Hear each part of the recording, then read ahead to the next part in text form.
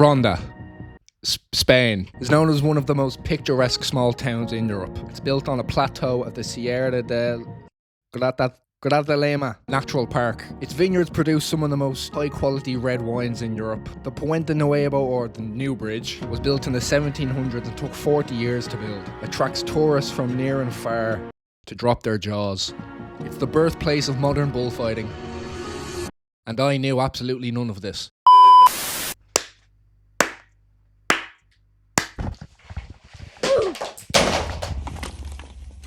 Pussies. I've been living in the south of Spain for over a year now. For a long time I hadn't done a lot of local travelling, just to the other small towns around. You're in Spain, there's going to be a lot of beautiful picturesque towns. But the one that everybody kept yammering on about was Ronda. You have to go to Ronda, you have to go to Ronda. It's only an hour away from Marbella. So I thought, yeah, I have a day off tomorrow. Let's go to Ronda. A 9 a.m. bus cost €10, take an hour to get there. The bus home was 6 p.m. So I had 8 hours to spend discovering this small little town. Enough time to see what all the fuss was about. This was at a point where I was getting quite fed up with my daily routine, working in a restaurant, not really doing much else other than going to work every day and chilling out on my days off. So this trip was very needed for my mental. Even the bus ride there was scenic and enjoyable. Beautiful to drive through the mountains, all the small little twisty back roads. Maybe it's just me, but I love a long drive. Long bus journeys, just getting lost in your thoughts, staring out the window. Maybe I'm a freak, I don't know. I'd be almost sad to get off the bus. Love it. And upon stepping off the bus, stepping out into the November mountain chill, I could feel the little bit of warmth coming off the sun. It was the refreshment that I need from the monotony of my recent routine. Again, I did absolutely no research before this trip. The only thing I had to go off was the word of mouth. You need to go to Ronda, go see the big bridge. So that's what I did. Once I left the bus station, I picked a direction and I started walking. I knew I had to go see this big bridge. But I refused to check Google for directions. That takes the fun out of the adventure for me. I'd rather find everything by myself. The first thing I found was this statue and this cat. This cat ruined my picture. He was sitting directly in the center in front of this statue, almost like he wanted the picture to be taken of him. But the second I pulled my phone out to take the picture, he started moving towards me. So I gave the cat a little rub, said hello. Hola, ¿cómo estás? Eventually he lost interest, which upset me. So I left him the way he left me. I was f***ed off. I'd probably only had 2 coffees at this point, and I needed a third. So I found a coffee shop, went in, got my coffee. Turn around to leave this coffee shop, lo and behold, there's the bridge. Now it's hard to explain the scale of this thing, the texture of it, just the feeling that it was made by hand. In the 1700s, they didn't have cranes to make this. The cracks in it, the erosion, standing over this 120 metre tall gorge. It's about 400 feet for you Americans. With this fella, Antonio Benavente, giving us a soundtrack to enjoy the view to.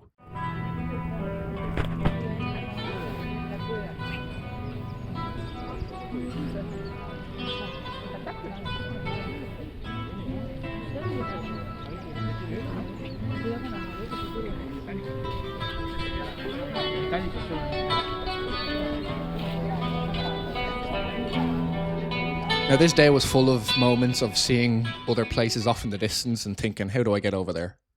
How do I get over there? How do I get over there? Plenty of side quests to do for the day. Now I took my time making sure I explored every nook and cranny of this town. I ended up finding this trail that went around the outside of the town, almost like a ring road. Using me until you've used me up. Perfect views of the vineyards and the mountains off in the distance. It was beautiful. I could see the trail leading off into the distance. I had to stop myself from wandering off too far because I would have been gone the whole day. Viewpoint, I guess.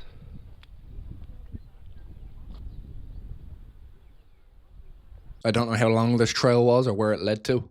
It was funny seeing people out with proper hiking boots and rucksacks on as if they were out hiking all day, compared to me wearing my little grey shoes that I bought for €18. But along the trail it split off into 2, into a little fork. I took the path that led back towards the town. And the first side quest of the day was completed because I found one of the smaller bridges that I could see off in the distance from the big bridge.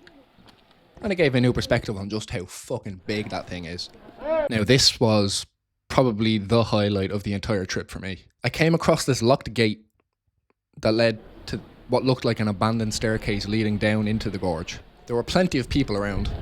The only way to get onto the staircase was to climb over the gate. It took me a while of standing around trying to wait for there to be less people, but that never happened. And I was a bit embarrassed, thinking people are going to think, what is this idiot doing, climbing over the gate? There were no signs around saying no entry. There were no security stopping me. There was a cave at the bottom of the gorge, a little abandoned house. I was climbing the gate. I have free will. Who gonna stop me?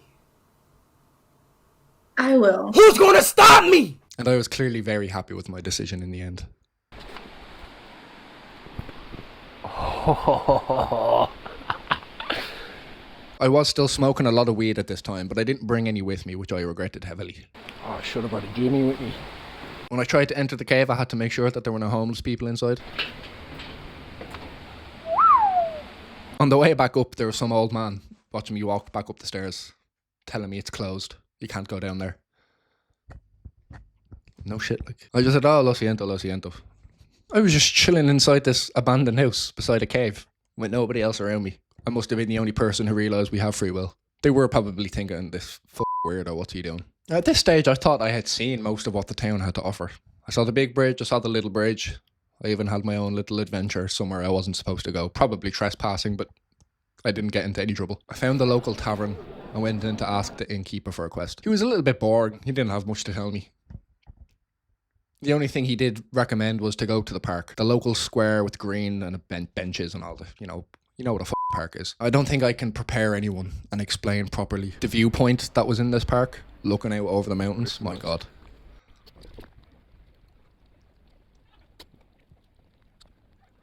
It's probably the most beautiful view I've seen in my life. I can't think of anything better.